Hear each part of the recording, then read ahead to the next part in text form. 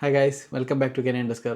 അപ്പോൾ ഇന്ന് നമ്മൾ സംസാരിക്കാനായിട്ട് പോകുന്ന കാര്യം എന്ന് വെച്ചാൽ, നമ്മളെല്ലാവരും അറിയാം കാനഡ, ഓസ്ട്രേലിയ, UK, ജർമ്മനി അങ്ങനെയൊക്കെയാണ് നമ്മുടെ നാട്ടിൽ നിന്ന് ഏറ്റവും കൂടുതൽ പോകാനായിട്ട് ഇഷ്ടപ്പെടുന്നത്. അത് സ്റ്റഡി ആയിക്കോട്ടെ, മൈഗ്രേറ്റ് ചെയ്ത് വർക്ക് ചെയ്യാനായിക്കോട്ടെ, ഏറ്റവും കൂടുതൽ ആഗ്രഹിക്കുന്ന സ്ഥലങ്ങൾ. അപ്പോൾ വളരെ ഒരു വലിയൊരു ചേഞ്ച് വരാനായിട്ട് ഒരു ചാൻസസ് ഉണ്ട്. UK നമ്മൾ പറയാൻ ഉദ്ദേശിക്കുന്ന കാര്യം. അപ്പോൾ അതിനെപ്പറ്റി കുറച്ച് ഡീറ്റെയിൽസ് ഇതിലിടാമെന്ന് തോന്നി. അതോടൊപ്പം തന്നെ നമ്മൾ ഈ വീഡിയോയിൽ നമ്മൾ കാനഡയിലെ ചെറിയൊരു അപ്ഡേറ്റും കൂടി നമ്മൾ പറയുന്നതാണ്. അപ്പോൾ നിങ്ങൾ ചാനൽ നിങ്ങൾക്ക് ഇതേപോലെ നല്ല വീഡിയോസും നിങ്ങൾക്ക് ജെന്യുവൻ ആയിട്ടുള്ള അപ്ഡേറ്റ്സ് നിങ്ങൾക്ക് കേൾക്കണമെങ്കിൽ ഡെഫിനറ്റ്ലി നിങ്ങൾ ഞങ്ങളെ സപ്പോർട്ട് ചെയ്യേണ്ടത് ലൈക്ക് ചെയ്യുക. ഇനി ചാനൽ സബ്സ്ക്രൈബ് ചെയ്യാറുണ്ടെങ്കിൽ സബ്സ്ക്രൈബ് ചെയ്യുക. അപ്പോൾ നമ്മൾ കൂടുതലൊന്നും പറയുന്നതിൽ നമുക്ക് ഡെഫിനറ്റ്ലി ആ വീഡിയോയിലോട്ട് കിടക്കാം. അപ്പോൾ ഇന്ന് നമ്മൾ പറയാനായിട്ട് ഉദ്ദേശിക്കുന്ന കാര്യം എന്ന് പറയുമ്പോൾ, UK വളരെ വലിയ ചേഞ്ച് വരാൻ സാധ്യതയുണ്ട്. നമുക്കറിയാം കാനഡയിൽ ഈ ഇടയ്ക്ക് നമ്മുടെ ഫെഡറൽ ഇലക്ഷൻ നടന്നതാണ്. അതേപോലെ തന്നെ UK കുറച്ച് നാൾ മുമ്പ് ഇലക്ഷൻ കഴിഞ്ഞിട്ടാണ് അവിടെ ലെഫ്റ്റ് വിങ് ആയിട്ടുള്ള ലേബർ പാർട്ടി വന്നത്. ലെഫ്റ്റ് എന്ന് പറയുമ്പോൾ എപ്പോഴും ഇമിഗ്രേഷന് ഫ്രണ്ട്ലി ആയിട്ടുള്ളൊരു പാർട്ടി ആയിരിക്കും. അതുകൊണ്ട് തന്നെ ലെഫ്റ്റ് കയറി എന്ന് പറയുമ്പോഴേക്കും നമുക്കൊരു കുറച്ചും കൂടി ആൾക്കാർക്ക് സമാധാനമുള്ള കാര്യമാണ്. പക്ഷേ അവിടെ ഇപ്പോൾ നമുക്കറിയാം വളരെ ആൾക്കാരുടെ ഇടയിൽ ഏറ്റവും വലിയൊരു ക്രൈസിസ് എന്താണെന്ന് ചോദിക്കുമ്പോൾ മിക്ക ആൾക്കാരും പറയുന്നതിൽ ടോപ്പ് 3 വരുന്നൊരു കാര്യമാണ് ഈ പറഞ്ഞ പോലെ ഇമിഗ്രേഷൻ. അതായത് ഈ പറഞ്ഞ എല്ലാം ഞാൻ ആദ്യം പറഞ്ഞ കൺട്രീസിലെല്ലാവരും പറയുന്ന ഒരു ക്രൈറ്റീരിയയാണ് ഇമിഗ്രേഷൻ. അതിലൊന്ന് കോസ്റ്റ് ഓഫ് ലിവിങ് ആണ്. സെക്കൻഡ് ഈ പറഞ്ഞ പോലെ ഹെൽത്ത് കെയറോ അല്ലെങ്കിൽ ജോബ് ഓപ്പർച്യൂണിറ്റീസ് ഇല്ലായ്മയാണ്. മൂന്നാമതൊക്കെ വരുന്നൊരു മെയിനായിട്ടുള്ളൊരു കാര്യമാണ്, ചില കൺട്രീസിൽ അത് സെക്കൻഡും ആവാം, വരുന്നൊരു കാര്യമാണ് ഇമിഗ്രേഷൻ. അപ്പോൾ ഈ ഇടയ്ക്ക് UK റിഫോം UK എന്ന് പറഞ്ഞൊരു പൊളിറ്റിക്കൽ പാർട്ടി റീസെൻ്റ്ലി സ്പ്രൗട്ടായി വന്നൊരു പാർട്ടിയാണ്. അവിടെ നമ്മുടെ കൗൺസിൽ ഇലക്ഷൻസ് വിജയിച്ചു. അവിടെ അവർ 5 സീറ്റ്സാണ് ഉണ്ടായത്. അപ്പോൾ ഇത് ഭാവിയിൽ ഈ പറഞ്ഞ പോലെ ഫെഡറൽ ഇലക്ഷൻസും പ്രൊവിൻഷ്യൽ ഇലക്ഷൻസൊക്കെ നടക്കുന്ന സമയത്ത് അവിടെ വലിയ രീതിയിൽ ഈ റൈറ്റും നമ്മുടെ കൺസർവേറ്റീവായിട്ടുള്ള UK പാർട്ടിയും ലേബറും മാറിയിട്ട് അവിടെ റിഫോം UK വരാൻ. റിഫോം UK എന്ന് പറയുമ്പോൾ അവിടുത്തെ ഫാർ റൈറ്റാണ്. ഫാർ റൈറ്റ് എന്ന് പറയുമ്പോൾ നോർമൽ ഉള്ള കൺസർവേറ്റീവിനേക്കാളും വളരെ ടൈറ്റായിട്ടുള്ള റൂൾസാണ് അവർ കൊണ്ടുവരാൻ സാധ്യത. നമ്മൾ കുറച്ചാൾ മുമ്പ് UK അവിടുത്തെ ലീഡർ ഒരു വീഡിയോ കണ്ടായിരുന്നു, അതായത് കുറേ ചേഞ്ചസ് വരും എന്നുള്ളത്. അപ്പോൾ അതിൻ്റെയൊക്കെ ഒരു സിഗ്നൽ. അപ്പോൾ ലേബേഴ്സ് എന്ന് പറയുമ്പോൾ ഇവർ ഇമിഗ്രേഷൻ ഫ്രണ്ട്ലി ആയിട്ട് നിന്ന് കഴിഞ്ഞാൽ അധികം നാൾ ഇവർക്ക് ഈ പറഞ്ഞ പോലെ സീറ്റും കാര്യങ്ങളൊന്നും പിടിച്ച് വെക്കാൻ പറ്റില്ലെന്ന്. ഇപ്പോൾ അവിടെ ഒരു ഫെഡറൽ ഇലക്ഷൻ നടന്നു കഴിഞ്ഞാൽ ലേബർ ശരിക്കും പറഞ്ഞാൽ ജയിക്കില്ലെന്നാണ് മിക്ക ആൾക്കാരും പറയുന്നത്. അപ്പോൾ അതുകൊണ്ട് തന്നെ നമുക്കറിയാം എല്ലാവർക്കും ഈ പറഞ്ഞ പോലെ സീറ്റാണ് അല്ലെങ്കിൽ അവർക്ക് പവറാണ് അവർക്ക് വലുത്. അപ്പോൾ അതുകൊണ്ട് തന്നെ അവരുടേതായിട്ടുള്ള റൂൾസ് മാറ്റിക്കൊണ്ടുവരികയാണ്. അപ്പോൾ നമ്മൾ ഇതിൽ ജസ്റ്റ് അതിൻ്റെ ഡീറ്റെയിൽസ് പറയുകയാണ്. അപ്പോൾ കൂടുതൽ വലിച്ചിടുന്നില്ല. അപ്പോൾ ഫസ്റ്റ് കാര്യം എന്ന് പറയുമ്പോൾ നമുക്കറിയാം UK ഇത്ര നാളായിട്ട് ഈ പറഞ്ഞ പോലെ ഇംഗ്ലീഷ് ലാംഗ്വേജ് റിക്വയർമെൻറ്റ്. നമുക്ക് ഈ ജർമ്മനി പോകുമ്പോൾ ജർമ്മൻ ലെവൽ ലാംഗ്വേജ് വേണം. അതേപോലെ തന്നെ കാനഡ ആയിക്കോട്ടെ, ഓസ്ട്രേലിയ ആയിക്കോട്ടെ, നമുക്ക് IELTS PT ഒക്കെ വേണ്ടതാണ്. UK നമുക്ക് 12th നമ്മൾ ഇംഗ്ലീഷ് എന്നുള്ള റിലേറ്റഡ് ആയിട്ടുള്ള നമുക്ക് പ്രൂഫ് കാണിക്കാൻ പറ്റുന്നുണ്ടെങ്കിൽ നമുക്ക് IELTS ഇല്ലാതെ തന്നെ പല യൂണിവേഴ്സിറ്റികളിൽ ഓൾമോസ്റ്റ് 90-95% യൂണിവേഴ്സിറ്റികളിൽ നമുക്ക് കയറാൻ പറ്റുന്ന ഒരു കാര്യമുള്ളൂ.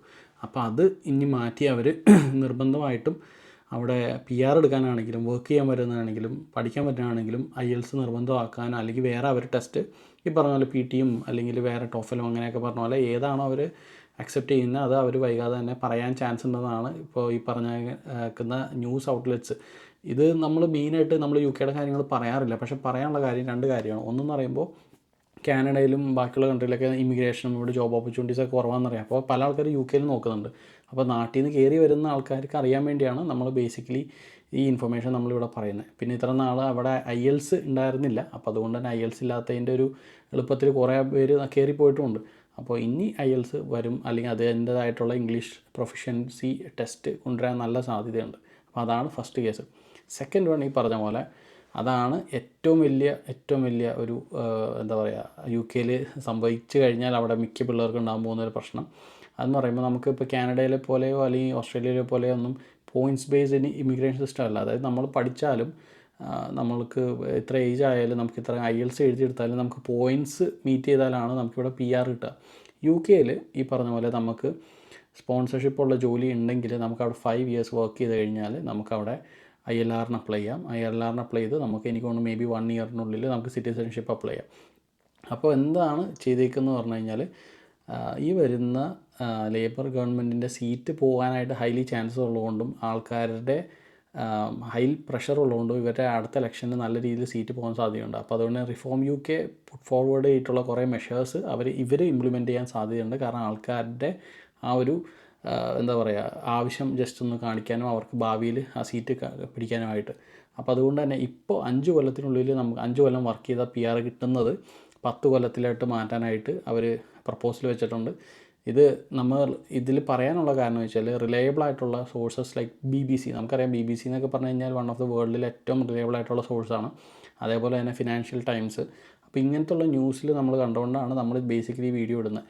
അപ്പോൾ ഈ 5 കൊല്ലത്തിൽ PR അടിക്കുന്നത് 10 കൊല്ലം ആക്കുമ്പോൾ, അതേപോലെ തന്നെ സിറ്റിസൺഷിപ്പ് നമ്മൾ PR എടുത്ത് കഴിഞ്ഞിട്ട് 1 ഇയറിനുള്ളിലാക്കിയത് അത് മേ ബി 10 നമുക്ക് PR കിട്ടാനും 15 ഇയേഴ്സ് നമുക്കറിയാം നമ്മുടെ US ഗ്രീൻ കാർഡും അത് കഴിഞ്ഞിട്ട് എത്ര നാൾ നിന്നാലാണ് ഈ പറഞ്ഞ പോലെ സിറ്റിസൺഷിപ്പ് ഒക്കെ അടിക്കാന്നുള്ളത്.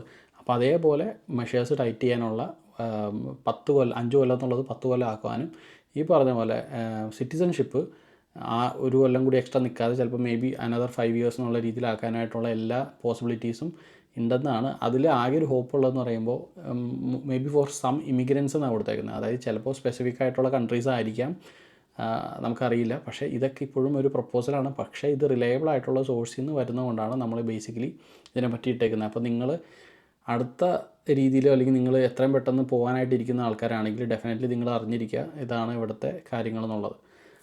പിന്നെ നെക്സ്റ്റ് പോയിൻ്റ് വളരെ ഇമ്പോർട്ടൻ്റ് ആണ്. ഈ പറഞ്ഞ പോലെ ഹെൽത്ത് കെയറും നമ്മുടെ IT-യും ടെലികമ്മ്യൂണിക്കേഷൻ സെക്ടേഴ്സിൽ നിന്നൊക്കെ ജോലി ചെയ്യാനും അല്ലെങ്കിൽ അവിടെ പഠിക്കാൻ പോയിട്ട് അവിടെ ജോലി ചെയ്യാൻ താല്പര്യപ്പെടുന്ന ആൾക്കാർ മനസ്സിലാക്കേണ്ട ഒരു കാര്യം എന്ന് പറയുമ്പോൾ ഇനി തുടങ്ങി നമുക്കറിയാം അവിടെ പഠിക്കുന്ന ആൾക്കാർക്ക് അല്ലെങ്കിൽ അവിടെ ഉള്ള ആൾക്കാർക്കാണ് കൂടുതൽ ഇനി ജോബ് ഫോക്കസ് ചെയ്യുക. ഗവൺമെൻറ് അതിൽ പറഞ്ഞേക്കുന്ന BBC-യിൽ പറഞ്ഞേക്കുന്ന ഞാൻ അതിൻ്റെ ലിങ്ക് താഴ്ത്തിടാം. അപ്പോൾ നിങ്ങൾക്ക് ഡെഫിനറ്റ്ലി കയറി ചെക്കൗട്ട് ചെയ്യുന്ന കാര്യമുള്ളൂ. ഇതിനർത്ഥം എന്താണെന്ന് വെച്ചാൽ നമുക്കറിയാം UK ആണ് സത്യം പറയാൻ ഞാൻ പല കൺട്രികളിലും കണ്ടേക്കുന്നതിൽ നാട്ടിൽ നിന്ന് ഡയറക്റ്റ് ജോബ് വിസയിൽ ഈ പറഞ്ഞ പോലെ ടോപ്പ് കൺട്രീസിൽ കയറി പോയേക്കുന്നത് നമ്മൾ കണ്ടേക്കുന്നത്. അപ്പോൾ അത്രയും കൂടുതൽ ആൾക്കാരെ അവിടെ എടുക്കുമ്പോഴും നാട്ടിൽ അല്ലെങ്കിൽ UK അവിടെ അത്ര അൺഎംപ്ലോയ്മെൻ്റ് ഉള്ളപ്പോഴും ആൾക്കാരെ നാട്ടിൽ നിന്ന് എടുക്കുന്നുണ്ട്. അതിപ്പോൾ പൈസക്ക് ആവാം. നമുക്കറിയാം 10, 15, 20 ലക്ഷം രൂപ കൊടുത്തിട്ട് ഏജൻസിക്കാർ പറ്റിക്കുന്നതും അല്ലെങ്കിൽ അത്രയും പൈസ കൊടുത്തിട്ട് അവർക്ക് ജോലി കൊടുക്കാമെന്ന് പറഞ്ഞ് തിരിച്ച് ഈ പറഞ്ഞ പോലെ കൺട്രിയിൽ വരുത്തിയിട്ട് അവർക്ക് ജോലി കൊടുക്കുന്നതും ചിലവർക്ക് ഷിഫ്റ്റും ഇല്ല. അങ്ങനത്തെ കാര്യങ്ങളും ഉള്ള നമുക്ക് ന്യൂസുകൾ നമ്മൾ സ്ഥിരം ഫോളോ ചെയ്യുന്നതുകൊണ്ട് തന്നെ നമുക്കത് മനസ്സിലാക്കുന്ന കാര്യമുള്ളൂ.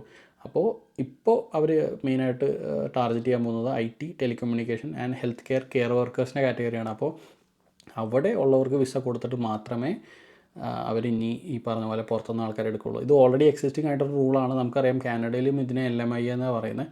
പക്ഷേ ഇത് ഓൾറെഡി ഇംപ്ലിമെൻറ്റ് ചെയ്തേക്കുന്നത് കൂടുതൽ ടൈറ്റ് ആക്കുന്ന രീതിയിലുള്ള മെഷേഴ്സ് അവർ കൊണ്ടുവരും എന്ന് തന്നെയാണ് പറയുന്നത്. പിന്നെ ഇതൊന്നും ഈ പറഞ്ഞ പോലെ അപ്രൂവൽ സ്റ്റേജിലോ അല്ലെങ്കിൽ ഒരു ലോ ആയിട്ടോ ഇവരുടെ ഒഫീഷ്യൽ വെബ്സൈറ്റ്സിലോ ഒന്നും കൊടുത്തിട്ടില്ല.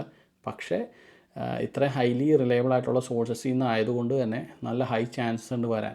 പിന്നെ നെക്സ്റ്റ് കാര്യമാണ് നമ്മൾ ഈ പറഞ്ഞ പോലെ കാനഡയുടെ ഒരു കാര്യം പറയാമെന്ന് പറഞ്ഞിട്ടുണ്ടായി അപ്ഡേറ്റ്. അത് നമ്മുടെ ഇവിടെ ഗവർണർ ഓഫ് കാനഡ ഇന്നലെ ഒരു പ്രസ് മീറ്റ് നടത്തിയായിരുന്നു. ആ പ്രസ് മീറ്റിൽ കൃത്യമായിട്ടുള്ളൊരു കാര്യം പറയുകയെന്ന് പറയുമ്പോൾ Canada is going for another recession അല്ലെങ്കിൽ അനദർ ഡൗൺഫോൾ. കാനഡ ശരിക്കും പറഞ്ഞാൽ ബാക്ക് ടു ബാക്ക് ഇയേഴ്സായിട്ട് ഇങ്ങനെ ഹിറ്റ് ആയിക്കൊണ്ടിരിക്കുകയാണ്. ഈ നമ്മൾ കേൾക്കുമ്പോൾ നാട്ടിൽ നമ്മൾ അധികം കേട്ടിട്ടില്ല. ഇനിയിപ്പോൾ നാട്ടിൽ നിൽക്കുമ്പോൾ നമ്മൾക്ക് പല പല കാര്യങ്ങളാൽ നമ്മളിത് കേൾക്കാത്തതാണോ അല്ലെങ്കിൽ നാട്ടിൽ ഇത്ര റിസഷൻ ഹിറ്റ് ചെയ്യുന്നുണ്ടോ നമുക്കറിയില്ല. പക്ഷേ അത് സമയത്ത് നമ്മൾ ചെറുപ്പത്തിലൊക്കെ നമ്മൾ കേട്ടിട്ടുണ്ട് ദുബായിലൊക്കെ പോയ ആൾക്കാർ റിസഷൻ കാരണം നാട്ടിലോട്ട് അവർ ജോബ് പോയിട്ട് തിരിച്ചു വന്നെന്നുള്ളൂ.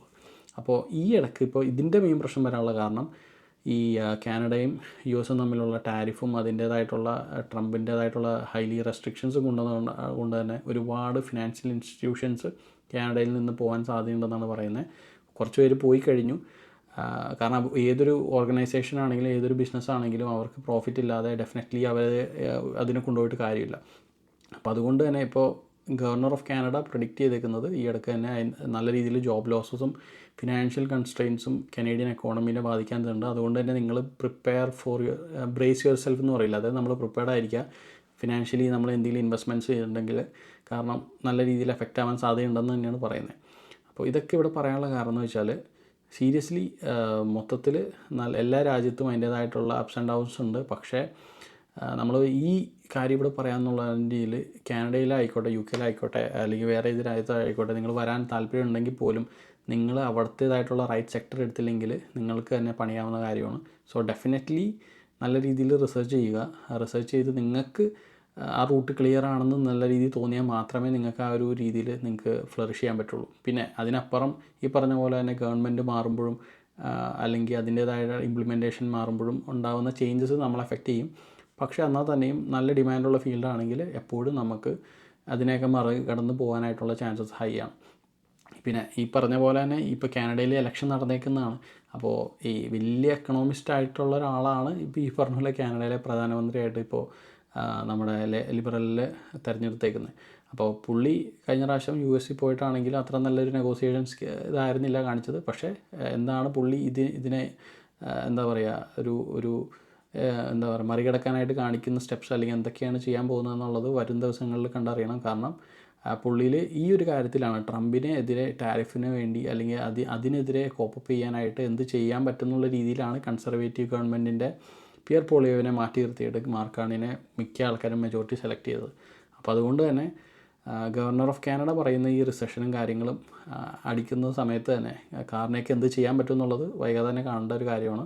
പിന്നെ അപ്പോൾ ഡെഫിനറ്റ്ലി ഇതേപോലത്തെ അപ്ഡേറ്റ്സ് നിങ്ങൾക്ക് കേൾക്കുന്നുണ്ടെങ്കിൽ ഡെഫിനറ്റ്ലി ഗുണം ചെയ്യുന്നുണ്ടെങ്കിൽ നിങ്ങൾ ലൈക്ക് ചെയ്യുക, സബ്സ്ക്രൈബ് ചെയ്യാത്തവർ സബ്സ്ക്രൈബ് ചെയ്യുക.